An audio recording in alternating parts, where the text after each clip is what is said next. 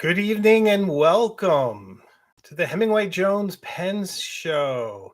This is our little corner of the internet where we talk about fountain pens, inks, journals, and journaling, and just about anything and everything that's going to keep you inspired. Welcome, welcome, welcome. I'm going to try to do a whole show tonight without hitting the microphone once. Let's see.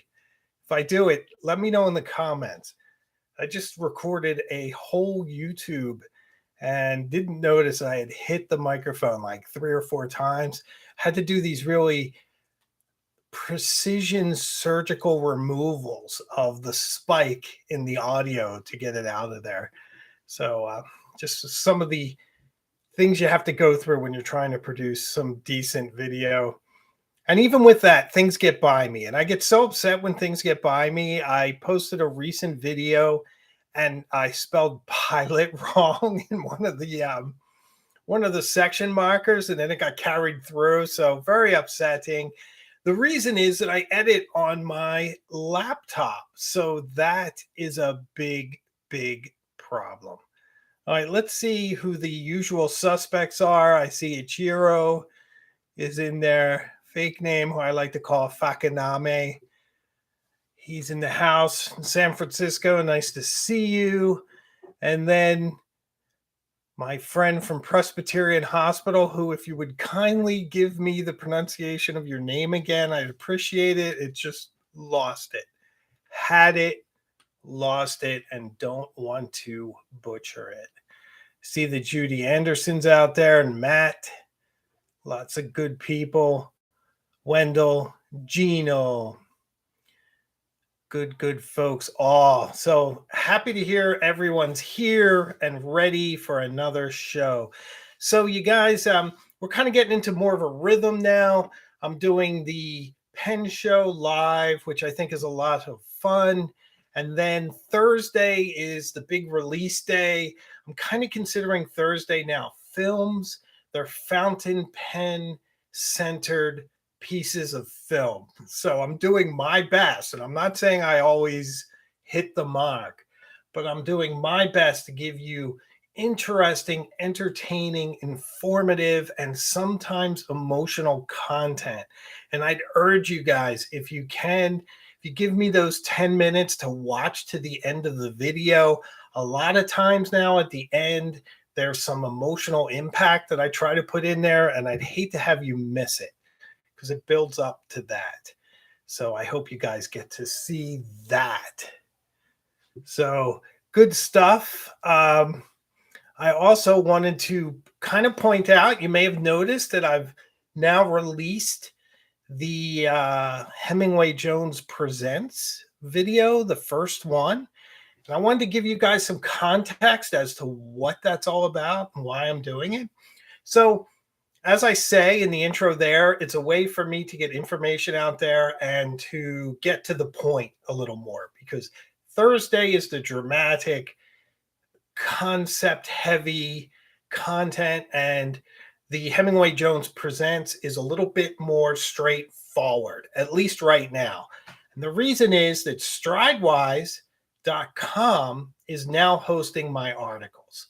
So you'll be able to go over to stridewise.com and read an article that expands on the video that I put up, which is a nice interplay, right? So he gets nice traffic, people on Google that are searching topics like which fountain pen should I buy? They get a buyer's guide, and then it sends them to a video that sends them over to our channel. So it works for everyone. It's a nice interplay, and it also gives me an opportunity to expand on things, because sometimes in a video you don't get a lot of time, or you don't get to say everything. And in an article, you can certainly add more stuff. So the first one is up, and I think he's going to publish the first article any day now. Tomorrow, Thursday, sometime soon. I have another one filmed. I'll probably debut that on Sunday, and that has an article to go with it as well. So pretty exciting stuff. And the other thing that's really nice about Hemingway Jones Presents is that you guys remember when we were talking a couple months back, probably on the first lives, whether or not I should do some other types of content beside fountain pens. And we decided to keep it fountain pens. But with kind of having a sub channel, it does open the door maybe to do a watch or a blazer or something about tweed or wellies or just something else. So it just gives us a little bit more scope if we want to occasionally go beyond fountain pens too. So that's kind of fun. And I have some thoughts about that. I think we might do some wine related stuff, certainly some men's fashion stuff, some obscure, maybe um, some stuff on like the Indiana Jones hat and the jacket and how they're made and what the specs are. Maybe some stuff on the history of a blazer and where the whole idea came from, all that, and barber jackets. So we can have a lot of fun with that. So that's why we're doing Hemingway Jones Presents. It opens the door for more content, yet keeps us grounded in the fountain pen world. Because each Thursday, there's always going to be that new video. And then I feel like this is kind of our way of learning more together and talking about things. And very soon, we're going to expand the lives too. So we'll talk about that as well. You see what's going on in the comments. Unfortunately, I don't have my reading glasses tonight, so I'm going to murder some of your comments because I can only see so with these for reading. So I'll do my best. Hey, Waffle ordered a TWSBI VAX 700R and he loves it. TWSBI VAX 700R. I don't know, Waffle, if that's an Iris or if you got the demonstrator, but both are so brilliant. There's two of those in this house, and they're both in Iris, which we call rainbow. I realize its designation is Iris, but when you have a 5.5-year-old in the house, it's rainbow. Those are rainbow pens.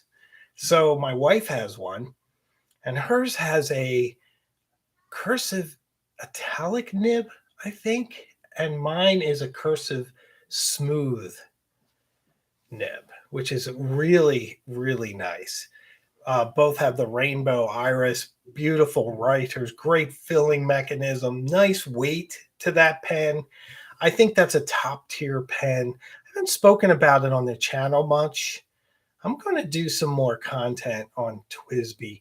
TWSBI is so dear to me, you guys. I love TWSBI so much, probably as much as any other pen I own. And to me, a pen can be $35 like a TWSBI Eco, or it could be $300 almost like the 823, or it could be $1,000 like some of the Mont Blanc. Doesn't matter to me. They're all equal. I love all my kids equally. So let me see. I'm doing terrible with the eyes. I'm really trying here. Okay. Okay, let me see, guys. Okay, so Wendell ordered the Churchill books. That is great. I am a big fan of Churchill. Do you guys read my shelves? I get distracted by them. I actually like it as a backdrop, but sometimes with other people, I get distracted. But I think it's kind of good because you can listen to me, and if you tune out a little bit, at least you have something to look at. It's a lot of really interesting stuff. This is probably the widest shot you've ever had of the library, the wall of books.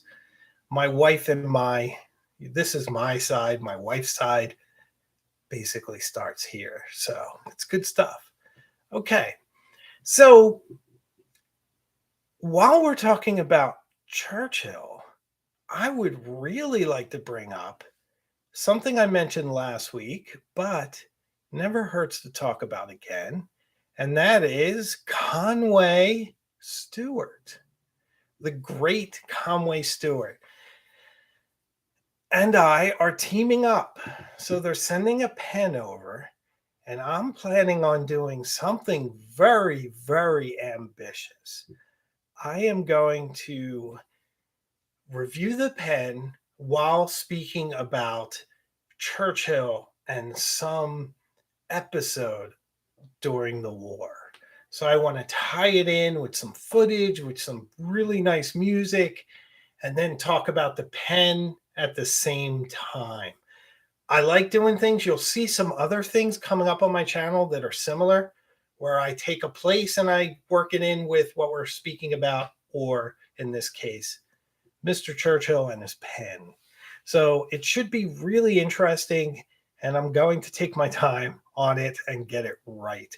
I also need to get like a B-roll service where I can get archival footage from World War II that's in the public domain. So I'll be sourcing all that, and it should be a really interesting learning experience too. I love editing, and I'm getting better at it, but I'm still learning things all the time. So we will have a lot of fun with that. I would imagine that will go up, I'm going to guess, sometime in late November, early December, because I think the pen will probably arrive in early November.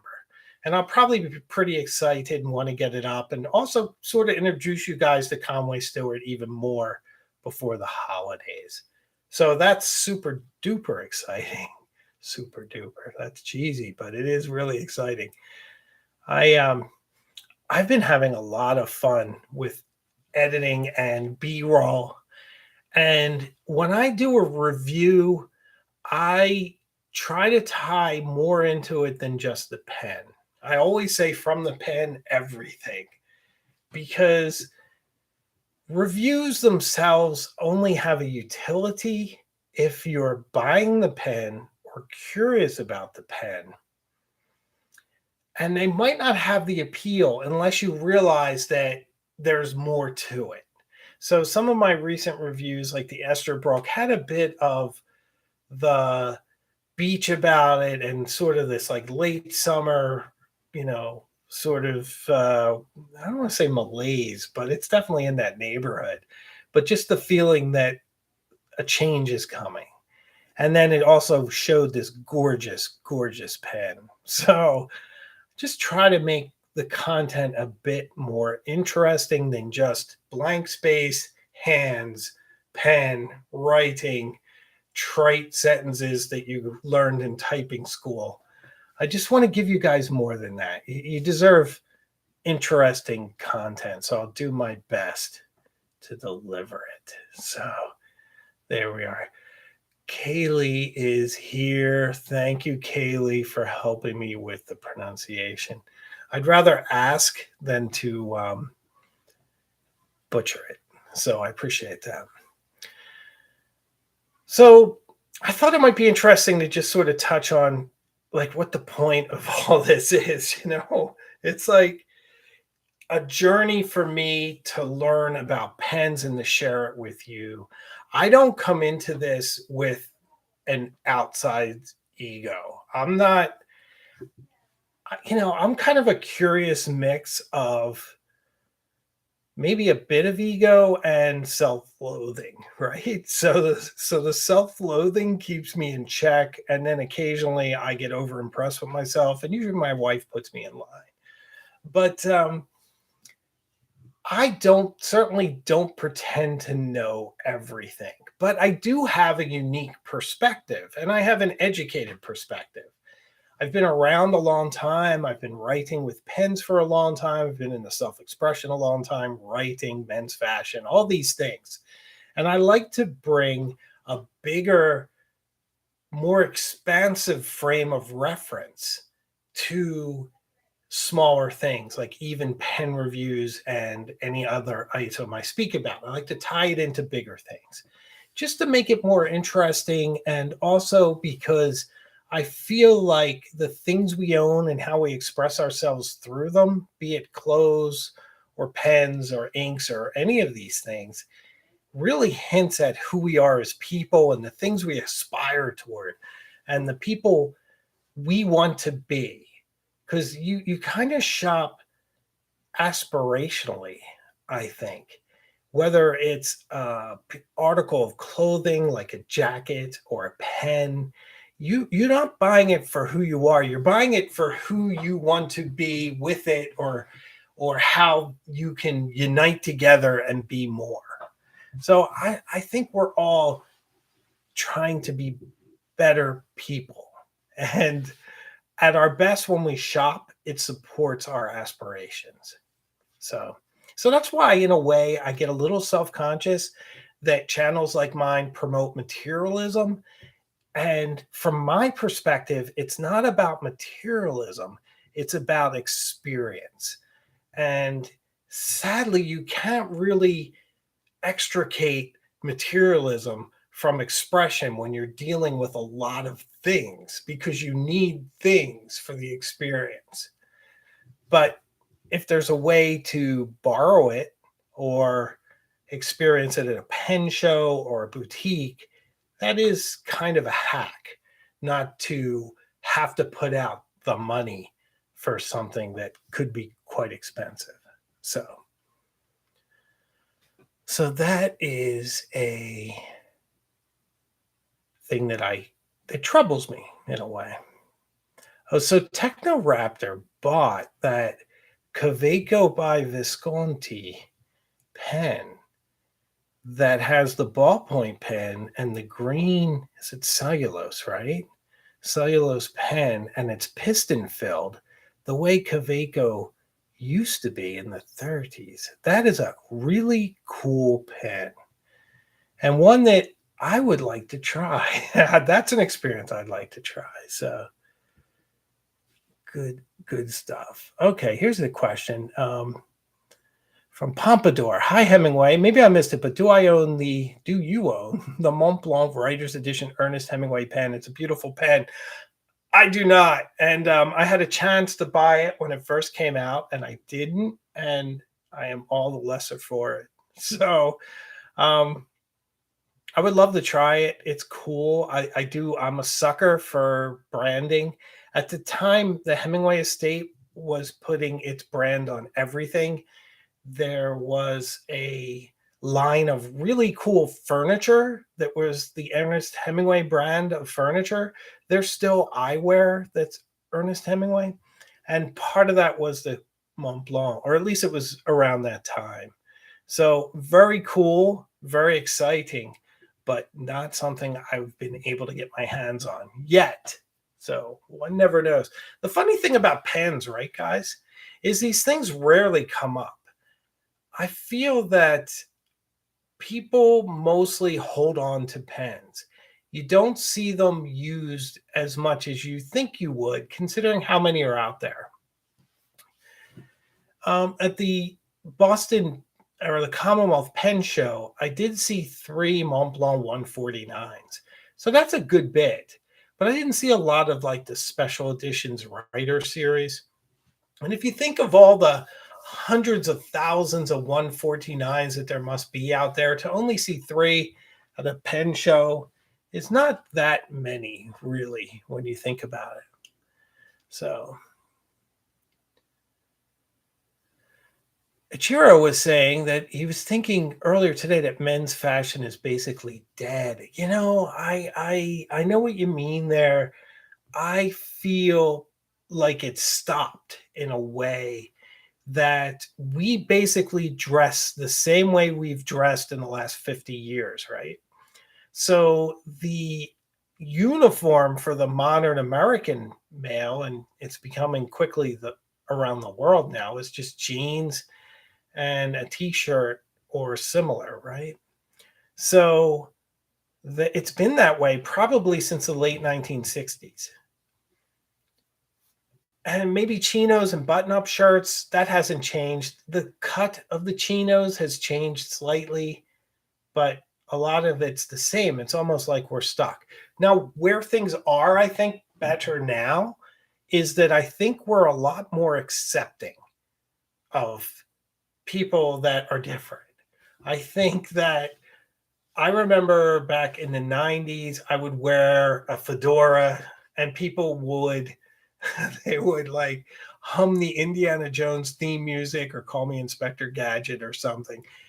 All innocent, but kind of annoying when in your head you're thinking classic style and they're thinking Inspector Gadget. But what can you do? We're all bound by our frames of references, right?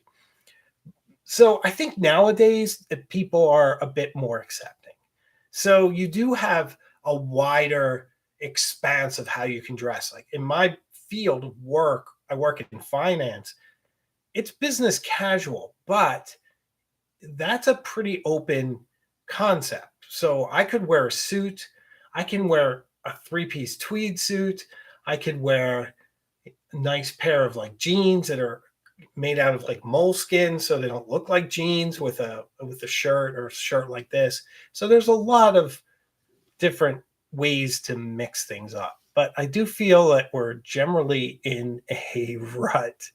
I'm seeing some love out there for Inspector Gadget. Yes. Yes, indeed. So I don't know. It's always challenging if you want to be different. I don't know where you take fashion from here. I don't know if we're ever going in the direction of Star Trek with hyper futuristic materials in a one piece jumper or something. I think if Star Trek got it right, they probably should have been wearing jeans and t-shirts. That probably would have been more accurate. So it's good stuff, guys. I'm trying to read your comments, but it's like I have to get the area of my progressives just right, whereas my reading glasses would have been perfect. Sea Line says, I love that phrase that it's all about the experience instead of materialism. Absolutely. I I feel a little guilty if I'm driving you guys to buy more. I would rather make the point that you should experience more. That and you should also take these things and integrate them into your lives. That journaling or writing with your fountain pen is a activity unto itself. And I do that. I go out with my family. We go out on the weekends quite a bit. And we live in an area where there's a lot to do, where you can be in one place one weekend and someplace completely different in another. And it almost looks like you're in a different country. That's one of the beauties of New England. It's very geographically diverse. Within 3 hours from where I am right now, or let's say within 2 hours, I can be in the White Mountains of New Hampshire. I can be up by lighthouses on the coast of Maine. I can be past Rhode Island. So it's like there's a lot.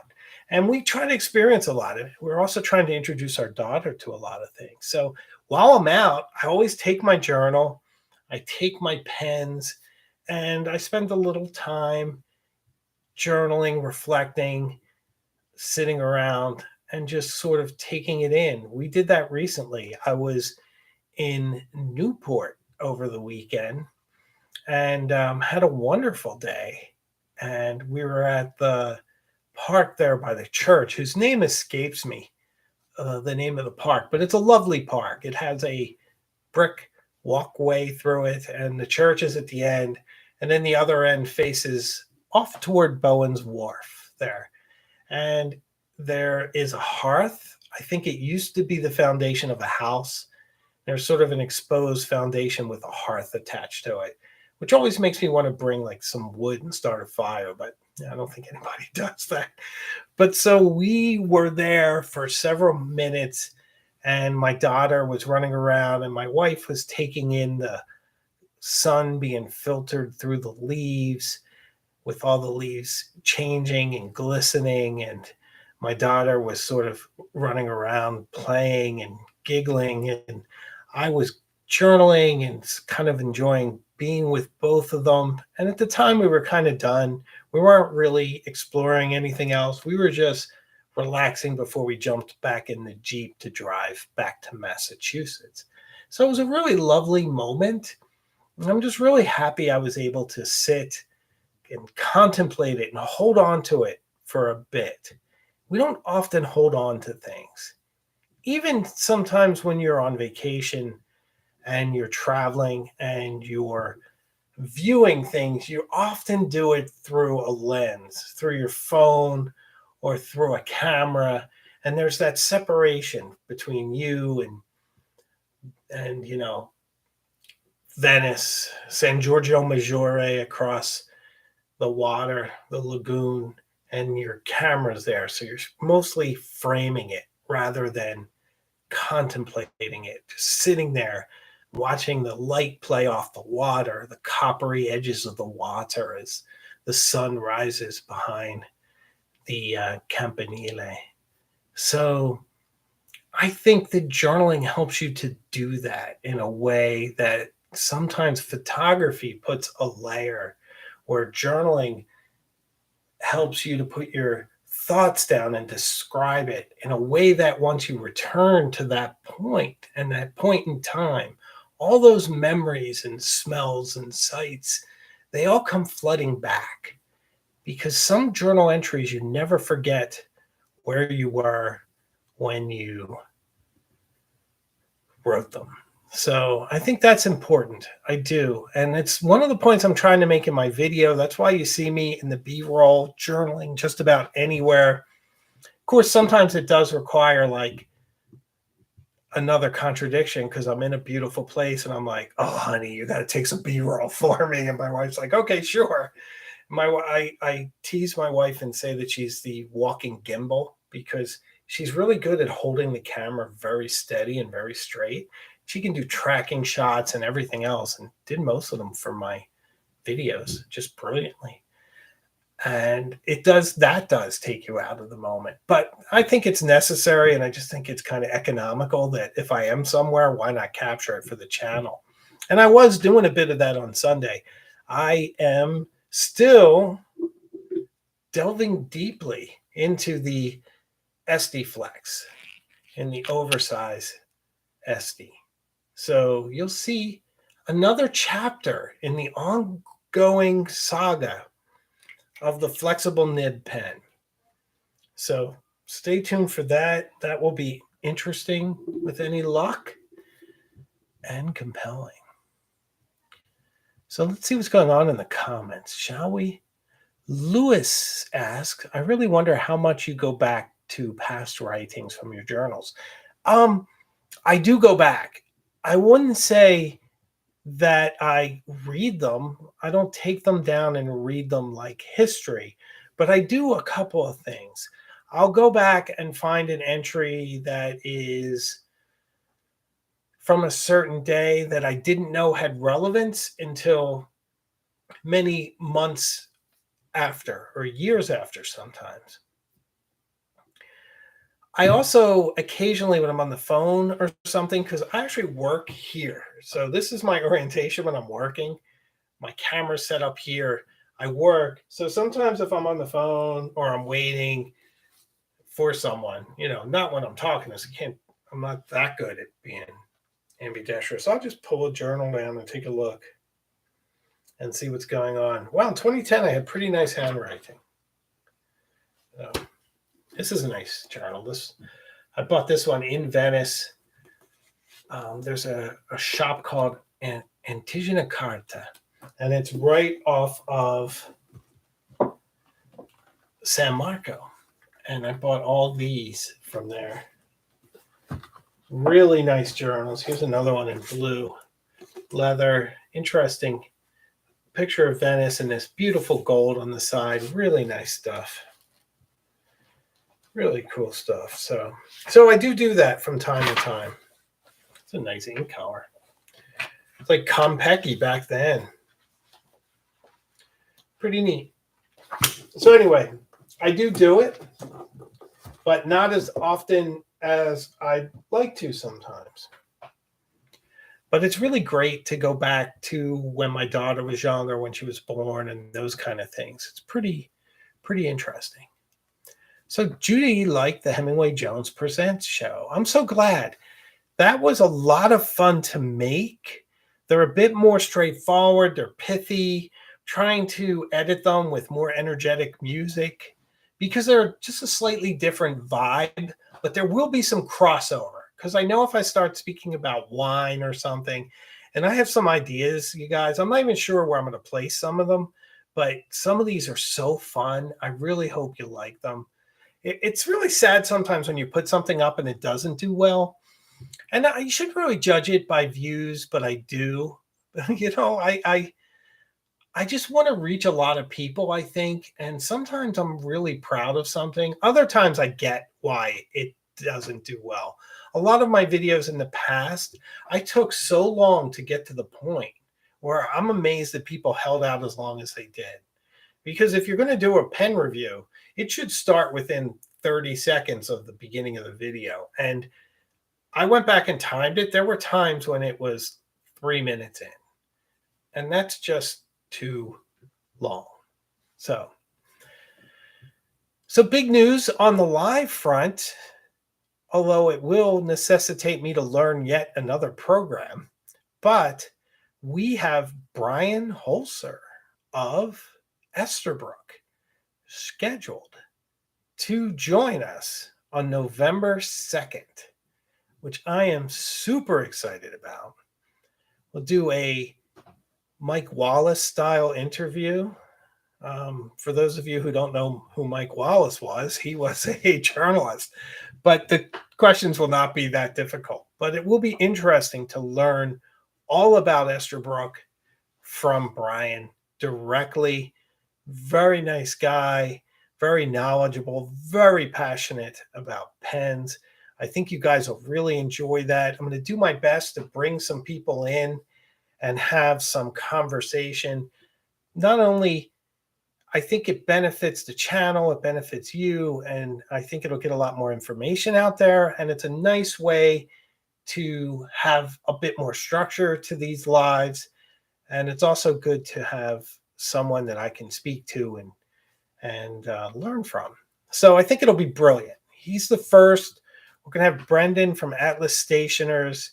I have another friend who does like haunted studies of New England, and a few other people. Who knows? Who knows who will join me? Maybe one day there'll be someone with me that can join me. That would be super fun. You never know. So get ready. Please mark your calendars for November 2nd when Brian will join us. And we'll have a split screen, I imagine, and have a nice conversation. Now, I just have to figure out how to use the encoding software, which I am about to sign up for. But how hard can it be, right? What could possibly go wrong? Speaking of things going wrong, I was lying in bed this morning. I usually don't tell you guys personal stuff. I'm going to tell you something personal. I was lying, not too personal. I was lying in bed with my wife, 6:30, ready to leap out of the bed and take on the world. And we hear this horrific crash, just this tearing, awful crash noise. And I'm like, oh no, because I live out here at the edge of the woods and trees are falling down all the time, you guys. And I was just like, I hate to say that I wasn't charitable, but I was thinking, oh, could it not be us for a change? Could it just please be somebody else's tree? And of course, it was us. It was one of my trees that decided that rather than stand up, it would rather lie down on top of my neighbor's vegetable garden. Now, unfortunately, they had moved their car, or it would have been slightly more of an issue. So it was a vegetable garden and a bit of a mess. So lost a tree. If you have any experience with white pines, they're spiteful trees. You treat them well and they throw their branches at you and they get to a certain height and then they give up the ghost and they lie down. So that's how my day was spent. I worked from home. And then I had to coordinate as the tree service came. And then, of course, I had to speak to my neighbor and apologize. And so we're taking care of it. And it was a pretty interesting way to start a Tuesday after a holiday. Mummy Brown, did I hear haunted New England? Yes. Yes, you did. So I know someone who is joining me on my TikTok on my Thursdays lives on TikTok. And I am hoping to get her to join us here once I figure out how to use the encoding software. So that's the kind of guest I think would be really cool. Someone who is into self-expression, who writes, but comes at it from a different perspective than I do.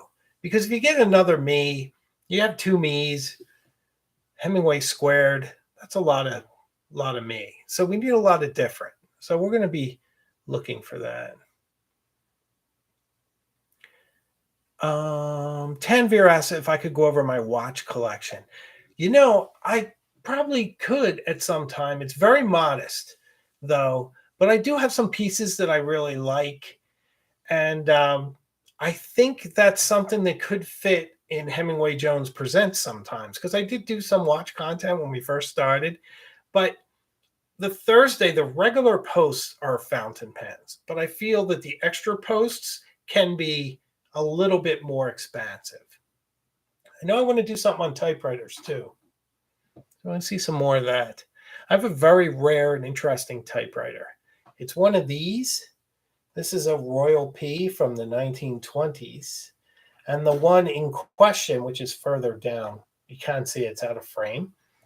It has Vogue typeface. So it has an Art Deco typeface that looks like F. Scott Fitzgerald wrote you a letter. It's just amazing. And I want to do a video on how fountain pens and typewriters complement each other.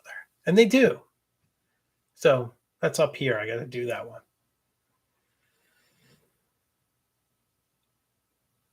So good stuff.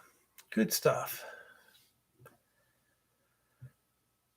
So yeah, we're talking about integrating pens into your life. And I think if my channel had a theme, it's that fountain pens are lovely things and they're beautiful and they're amazing to write with, but it's a little sad if they stay on your desk.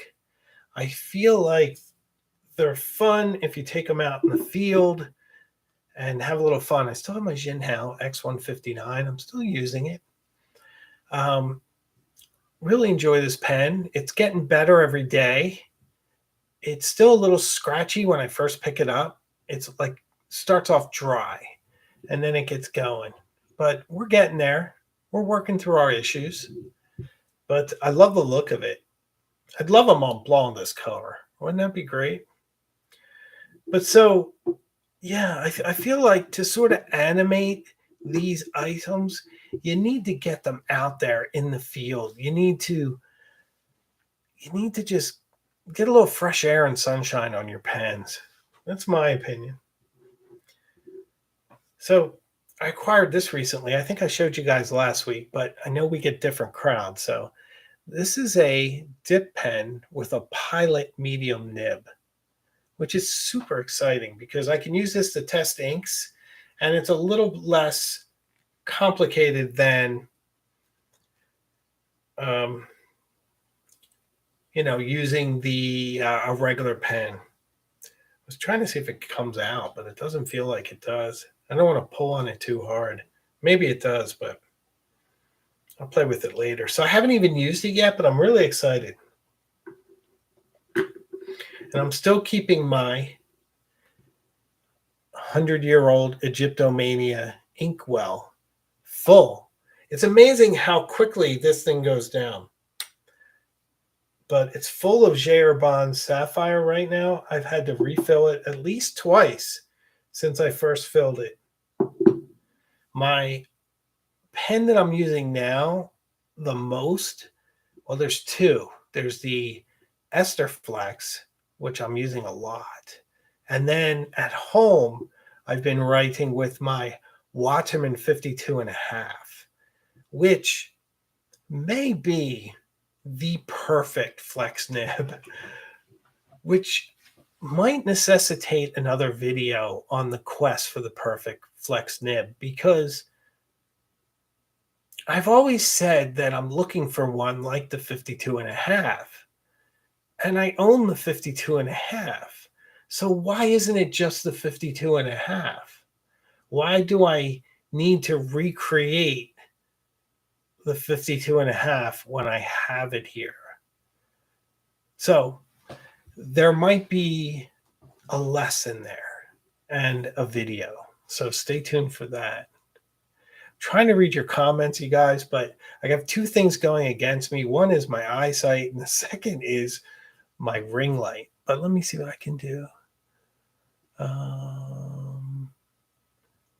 Oh, so some people are from some other fountain pen YouTube channels. That's super fun. I'm glad there's some crossover. Are there any pens you bought that you regret buying or hate? Turkey Butter asks. Yes. Yes, guys, there are. I have regrets.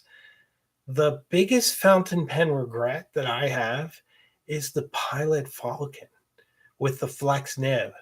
I don't like that pen. I haven't inked it in many months, but I just don't like it. I don't think it's nice. I don't think it's soft. I don't think it's interesting. I prefer the Fountain Pen Revolution or the Blue Dew pen over that. And each of those is just a fraction of the price of the Pilot Falcon, which I love Pilot. I consider Pilot to be the Seiko of fountain pens. Just this fantastic company that can make a lot of things. Okay. So most brands have one pen that you know that's great, or maybe that pen has a couple different versions. It's rare when a company hits it out of the park in so many areas like Pilot does. The Pilot Kakuno is probably my favorite entry level pen, or darn close to it. It's a spectacular pen, and it's so affordable and so adorable, and has that sort of I don't know, like charming comic book character about it. And that's one of the things I love. And then you go to the Metropolitan, which I've had some issues with, but we're getting along fine now. But a splendid pen for $25. And then you have the E95S, which is one of the best pens out there at any price. It has an interesting aquiline nib that's soft and expressive and interesting, and only $130. It's also interesting how it posts, how it feels in your hand. It's mid-century elegance. It's sort of Mad Men, but slightly feminine quality, almost like a cosmetic product as it closes, and that satisfying soft union of each side of the pen as it seals. That is such a great pen. Matter of fact, I want to take it out right now. It's such a great pen. So they have that. And then the Pilot Custom 823. I don't know how they do it. They just nail it at so many different levels. It's just great. By the way, I have so many pens now that I had to buy another pen holder. And I really like this color, and I have two of them in this color. And then I realized that that was kind of dumb. I should have bought it in a different color.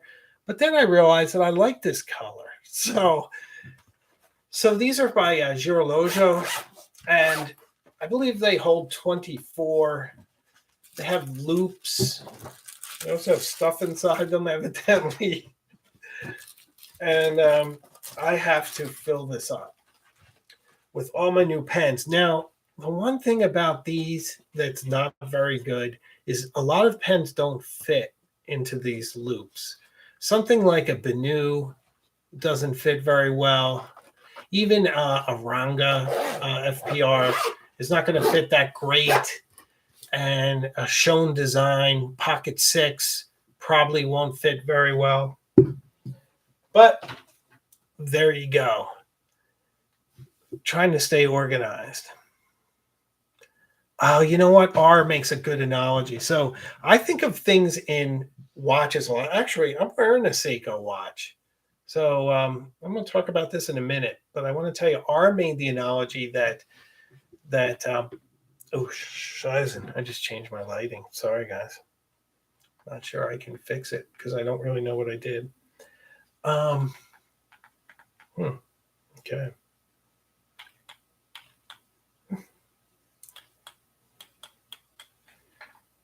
My new light. I got a new light because it died.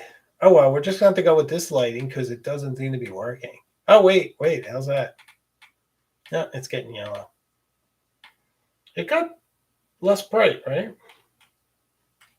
All right, we're not going to worry about it. Show must go on. So, okay, so R was saying that Pilot is the Toyota of fountain pens, and that's a great analogy too, because Toyota certainly hits it out of the park. But I'm a big watch guy, so I think Seiko. I'm wearing a Seiko SNJ025 right now, and this watch means a lot to me. So there's a couple things really interesting about this watch.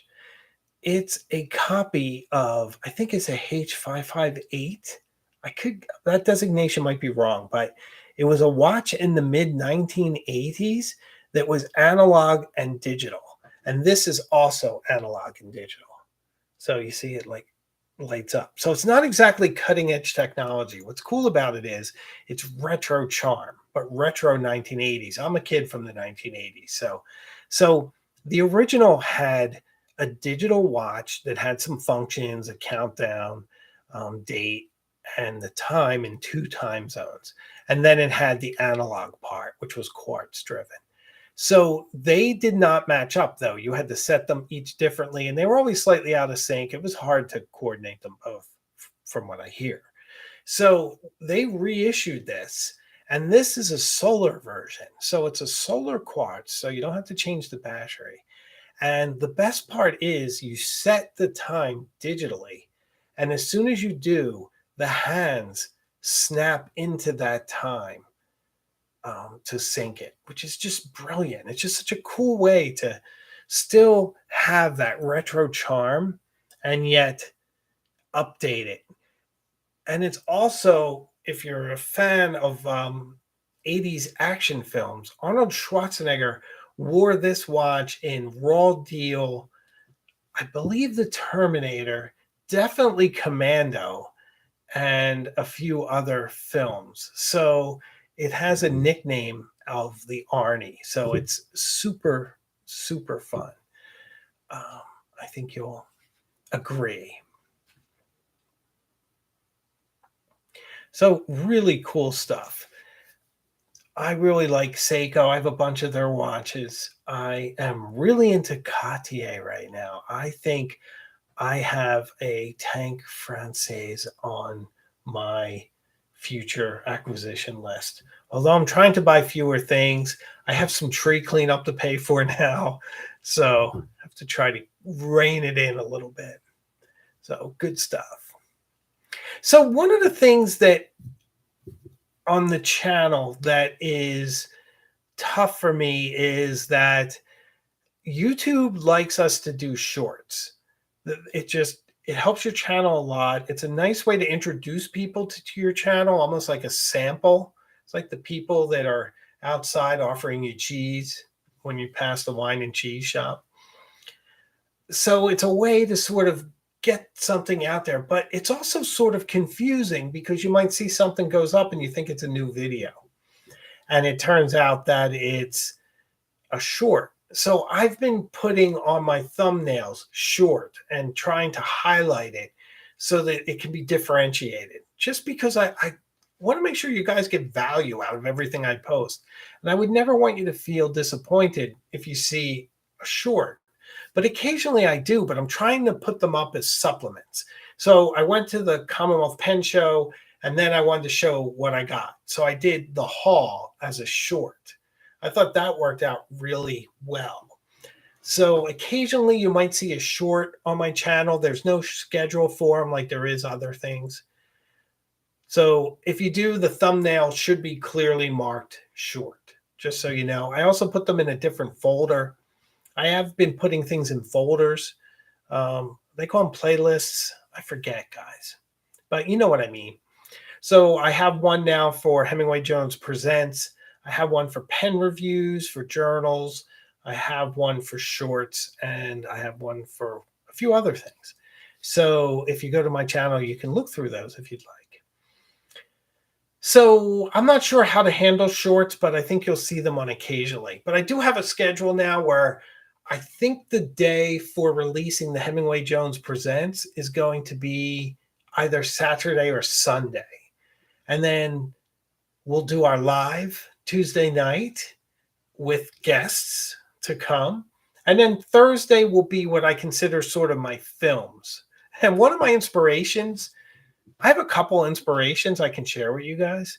One is Anthony Bourdain and his style of sort of speaking about something and drawing in an interesting large frame of reference. He did that quite well. He could distill a moment. I think he was probably a plainer speaker than I am.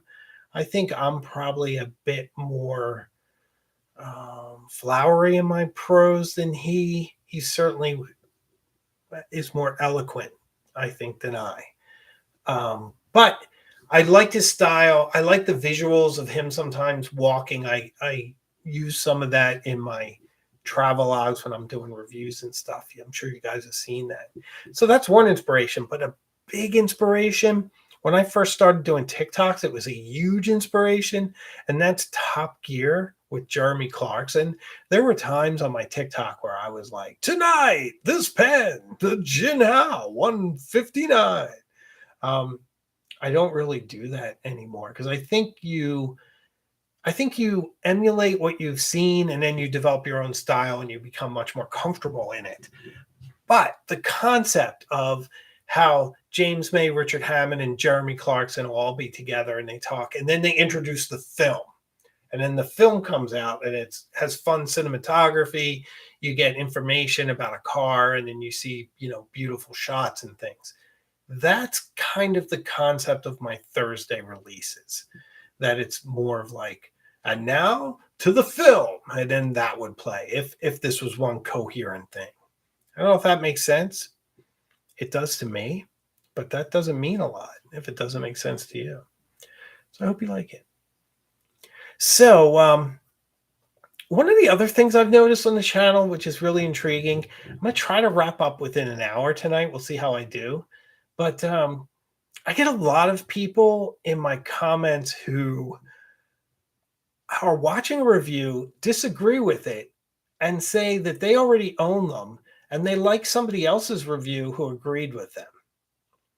And I was thinking that it's a kind of a shame. It's like, you already own the thing, so you should have your own opinion.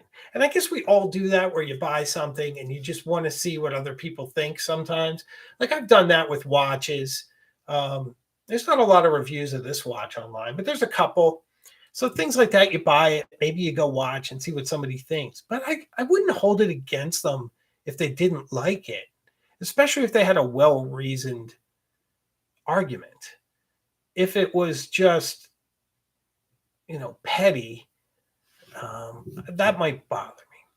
But I don't understand when you sort of only want to experience things that reaffirm what your opinions already are. I am more apt to follow people with whom I disagree.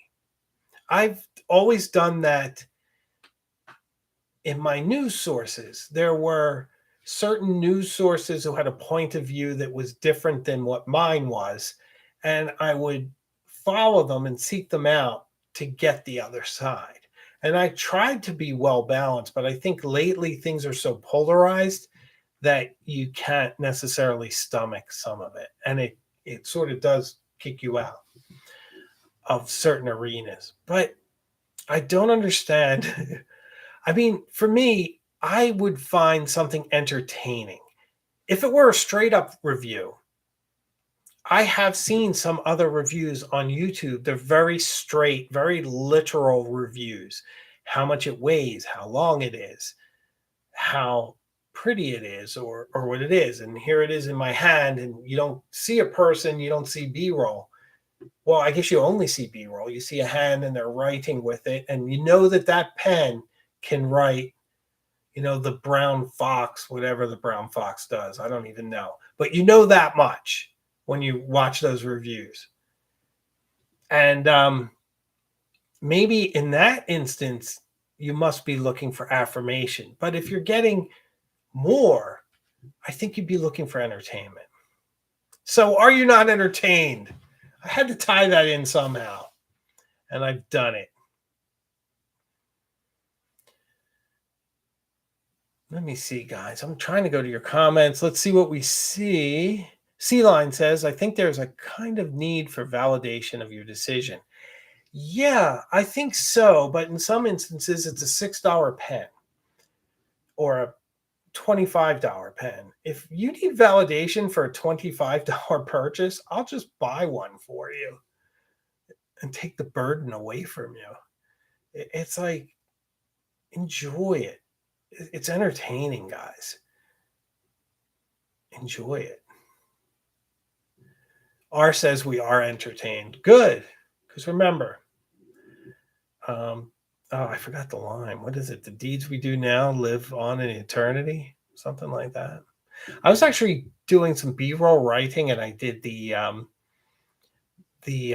evil that men do outlives them, but the good is often interred with their bones. It's such a great line.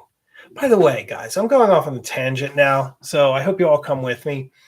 Anybody who says that Charlton Heston was a bad actor is grossly uninformed. Charlton Heston was a stupendous actor, and not the least of which because you can't take your eyes off the guy and the quality of his voice and the gravitas in his presentation. Do me a favor, sometime when you're on YouTube, because you should always be on YouTube, Mark Antony's speech from Julius Caesar, Charlton Heston, and watch that speech, and then tell me that he is not one of the greatest actors that there's ever been. If you want more proof, check out Kenneth Branagh's Hamlet, and he's one of the players that does the mousetrap. And as he's performing for Hamlet, he does the whole, I don't even know what it's from. Maybe it was written for Hamlet, but he does, yeah, it must have been. He does the whole Fall of Troy speech. It is so moving and good.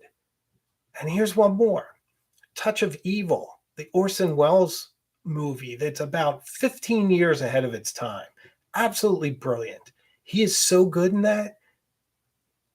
And even Wayne's World. You remember the scene in Wayne's World when they take the actor away and they're like, we need a real actor? And it's Charlton Heston and he does the I knew Sandy speech or whatever it was. He's so good. So good. How did I get on this subject? Oh, because it was the Julius Caesar speech. I was quoting it. There we go. Great in the Ten Commandments. There you go. Charlton Heston, indeed. Techno would like to see a segment on lever fillers. There isn't much on them. Well, my friend, you are in luck. You're in the right channel. The only problem I have with those is that I have a hard time between saying lever and lever. And I tend to say them both interchangeably for no discernible reason. So it's going to be very difficult for me to review a lever-filled pen because it's going to sound like I'm speaking about two different pens. But I am going to do it because the Conway Stewart Churchill is a lever-filled pen. So you're going to see that on this channel. And the Waterman 52.5 is also a lever-filled pen or lever-filled. I sometimes use 4 different pronunciations for the same word, so it's very confusing being me. Simon Krupa, Laurence Olivier, and Richard III. Now that's the voice. Now, yeah, as the winter of our discontent is phenomenal. Made Glorious Summer by this son of York. Yeah, that's good stuff. Laurence Olivier was good too. Inertia, you mentioned YouTube Shorts. In my opinion, I find them to be a total waste of time. I don't watch YouTube to see TikTok stuff. Just my opinion.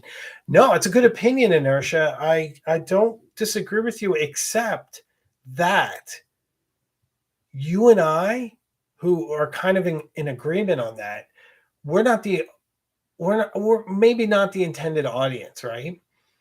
I think there are people who do experience TikTok through shorts, and it's just sort of a different segment, if you will. I think it can be a nice supplement. Sometimes it's not long enough. I think shorts should go to 3 minutes, and I think they should be landscape. I could do a lot with a 3 minute landscape format. There are things that I have queued up, ready to go, that are similar to that. But the fact that they're only a minute or less, that's a challenge. So you're not wrong, my friend.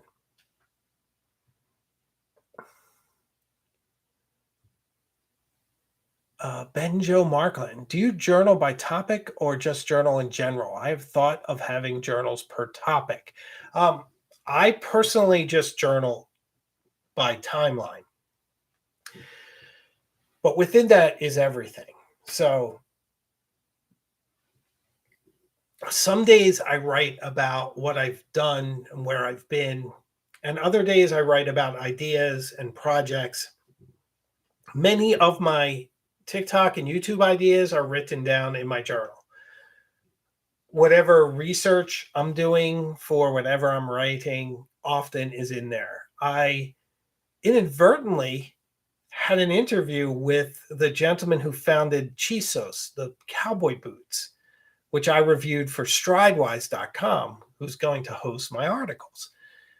Another plug for Stridewise. You guys should, if you like Americana, especially like Red Wing boots and things like that, you should subscribe to Stridewise. He's got a fantastic channel on here. He's one of the preeminent boot guys on YouTube.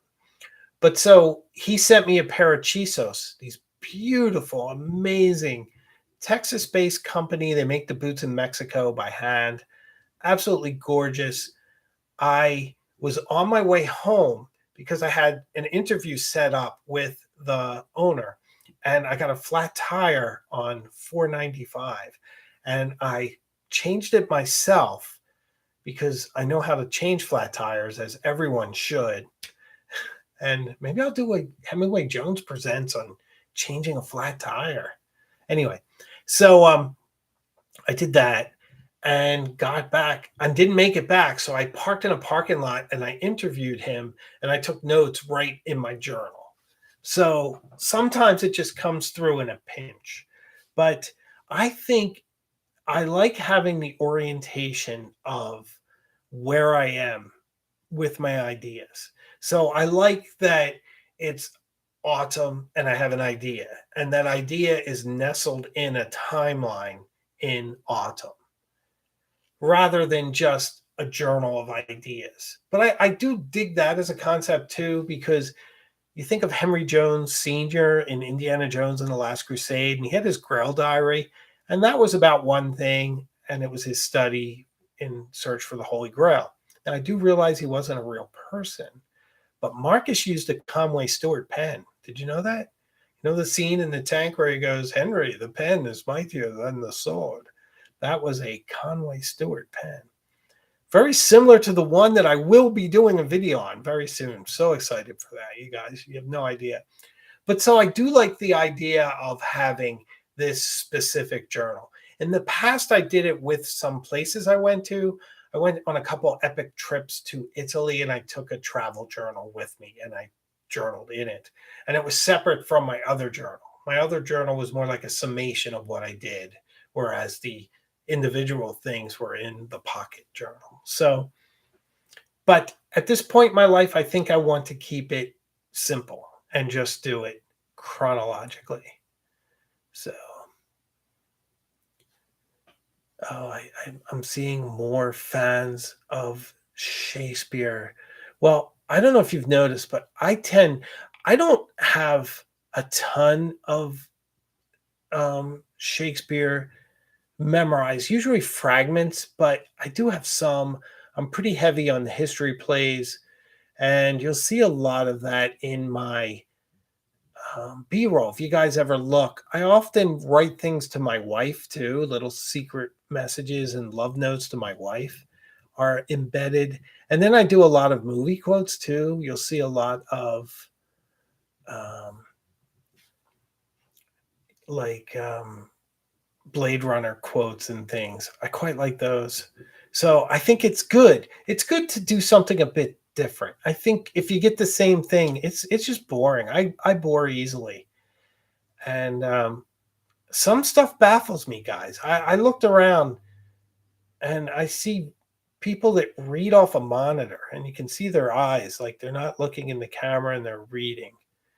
They're reading their entire presentation in a monotone voice like this, and then they hold up the pen, and then it switches to their hands, and I'm like, oh man, put a little work into it. I shouldn't complain though. Ridley Scott fan, absolutely are. Absolutely. Films, I was thinking a lot about film lately. One of my favorite films is The Third Man, Orson Welles. This beautiful film that looks like it was directed by Orson but wasn't. It was directed by Carol Reed, and it has a bit of German expressionism about it, which I think is pretty nice and pretty beautiful. So I did get a couple of questions over at Instagram I should answer. One was from John Clark 18, who asked, "Hey Hemingway, what's the best pen for a wet, smooth, fine nib? I'm thinking Twisby. What do you guys think? Wet, smooth, fine. I'm thinking Twisby. My Twisby fines feel like mediums. So I would say Twisby." And then Jack Dodds asks, "I just got a Barber Ashby jacket, which is very classic, very light jacket, pretty nice. Looking for my next one. What do I recommend and why?" That's easy. Although it's similar, I like the Ashby, but I think I would go for like a Beaufort. You have to have the poacher's pocket. You need a heavier Barber with that smell of the wax cotton. That's where I would go. Lewis says, "Wet, smooth, fine. I have a Homo sapien that's just fantastic." Well, I'm sure, but he's mentioned Twisby and Lewis, Homo sapien. I mean, that's like 40 times as much, So, but a great suggestion. I mean, it's a brilliant pen, my friend. Just absolutely brilliant. Simon Krupa has a B-Dale, and it's great. I have one of those too. I really like it. The only thing I don't like about that jacket, Simon, is it's short, which is nice. It's really comfortable in the car, but it doesn't have any hidden pocket or poacher pocket. And I like that in a Barber. I like the romance of it, but the International doesn't either. So, and that's one of my favorite jackets. So I get it. I do like that. B-Dale is definitely a great classic jacket for horsemanship. It's short, so you can ride a horse. I have a Border too. That's my longest Barber, and that has these inside like bird pockets that are lined with like waterproof nylon, so you can put a messy bird in there and carry it home, I guess, if you want to have pheasant for dinner or some such. I don't know if you could fit a pheasant in there, but certainly a small game bird if you're so inclined. But I think we're going with Twisby and the Visconti Homo sapien, which is a brilliant pen. I don't have one. I should have one, but I'm going to resist the urge. So, give you guys some sneak previews of what's coming up. What's coming up this Thursday? I don't know. I don't remember. I'm going to look. I'm looking now. Let's see. I told you guys before, I schedule out like a month in advance. So we have some really exciting stuff coming up, but I don't know what they all are necessarily. What is the date? Oh, okay. Guess what? Some of my last reviews. I'm not sure I'm going to do pen reviews anymore. I think I might do them in groups and clusters, but dedicating an entire video to one pen, unless it's high concept, like Conway Stewart, which is going to be very high concept, and the Esterbrook SD Flex is going to be very interesting too. But just doing like a straightforward pen review, like I did recently with the Madras or Madras, I'm probably going to do fewer of those types. But this week we have the Pilot E95S fountain pen review. Very timely, an exquisite pen, one of my favorites. And I am excited to watch this video because I recorded it so long ago. I am wearing a Goya Vera in the video. And it's been many moons. Well, actually, it's been about a month since you can wear something that warm. So it should be a good video. Oh, Angela Lansbury just passed away. Oh, well, everyone raise a glass to Angela Lansbury. Amazing career. Goes back almost a century. Just brilliant. Techno Raptor. I had the pleasure of testing a Homo sapien. It was very Homo sapien, and it was very nice. It is very nice. It's also lighter than you expect. So go. Can't wait to see. Lewis says, can't wait to see your Conway Stewart. Me neither, my friend. I am excited for that. I cannot wait to produce that video. I really hope you guys like it. I already have it all up here storyboarded, and it's going to be just the best I can do. I'm always trying to do the best I can do. I'm also trying to make more commonplaces magical. I don't know if you guys saw my review of the Jinhao X159 a few weeks back, but I recorded it at our local farmers market, which is one of my favorite places. We get all our food there, and then we get some food at Trader Joe's too. Some fun food from Trader Joe's, but like the meat and the cheeses and my wine and the bread and the brie, which is a cheese. I'm being redundant. And the vegetables and fruit all comes from this place. And I kind of wanted to show it as magically as I can, because I was showing the Jinhao X159, which is kind of an affordable pen, but I wanted to photograph it like I would any other amazing pen. So I wanted to treat it with the same respect as the 149 by Montblanc, which I would take somewhere and do some colorful B-roll. So I took this and I photographed it among the pumpkins and all the different beautiful fall displays that they have there, and did a nice treatment of the place and the pen. So that's another direction I want to go in. Romanticizing. When we hit an hour, my voice goes, romanticizing the everyday, because this is what we have. Our days are what we have. Going to the supermarket is our life. And it should be as magical as our vacations. We should luxuriate in the fact that we're alive. In fact, one of the ways that I knew I was in love with my wife before she was my wife, before we got married, one of the ways I knew is that we used to go to the supermarket, and it was the, is it H Mart or is it K Mart? I think it's H Mart, the Korean supermarket. Can't remember. Anyway, we would go there all the time. We bought a lot of our groceries there, and they used to have this great sashimi plate that was always super fresh, and it was cheap. It was like $12, I think, for enough to like feed a seal. So we would get that for dinner, and we would have so much fun in the grocery store. And I remember thinking, like, this woman is fantastic. She's just so fun doing everyday things. And then I realized later that that's our lives. Our lives are the everyday things.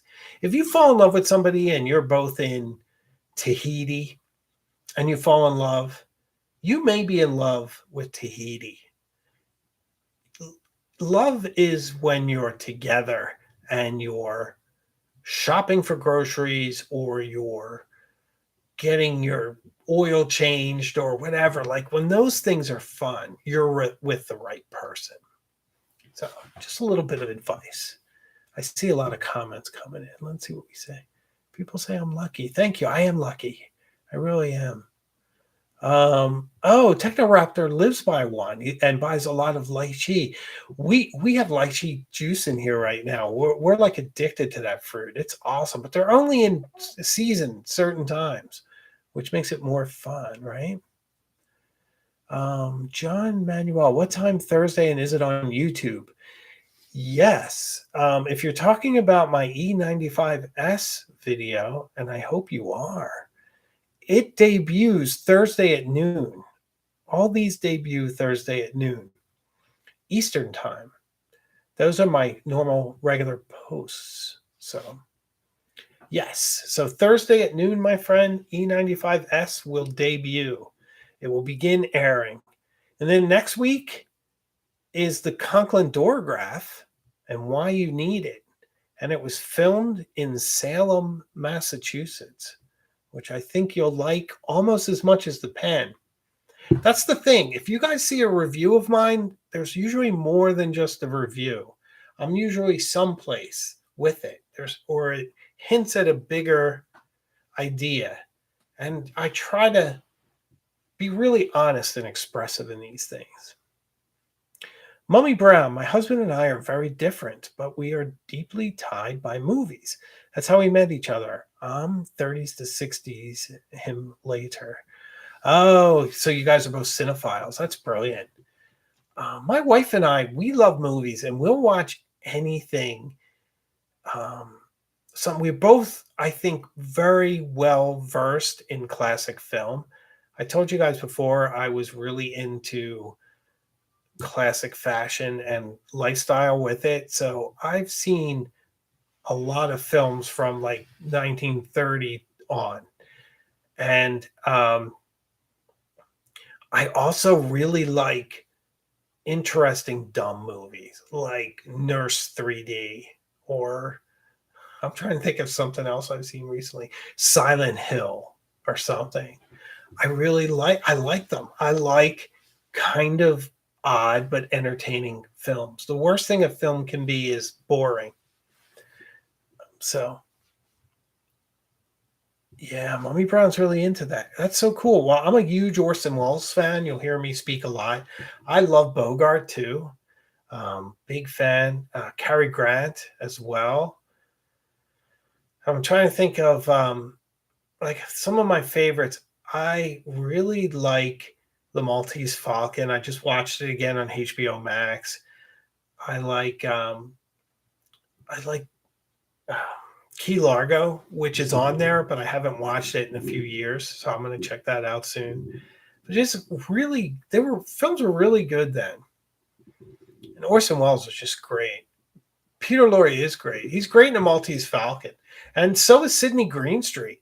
Sidney Greenstreet was a graceful guy. He was a very large guy, but had very well-tailored clothes and just very graceful for his proportions. Just a really interesting guy. So really, really cool stuff. All right, guys, you know what? I'm going off on probably too many tangents, and I'm mindful of the time. I don't want this to go along too long, or no one's going to watch the stream. And we will be back anyway very soon in this place. And we will discuss pens. And very soon, November 2nd, we will have our first guest. And I hope you guys will have some questions for Brian, because I think it'll make it that much more interesting if we have some good questions for him. So think about Esterbrook and think about the type of questions you'd like to ask, because it's a really tremendous opportunity to learn everything we can about this brand and everything else that Brian's into, because he's a really interesting, passionate guy who's really into fountain pens. So it'll be good. All right, ladies and gentlemen, my voice is about had it. I love spending time with you guys. And I know we'll see each other all real soon. So, everyone, stay well, and I'll see you very, very soon. New video Thursday at noon. Check it out. Take care.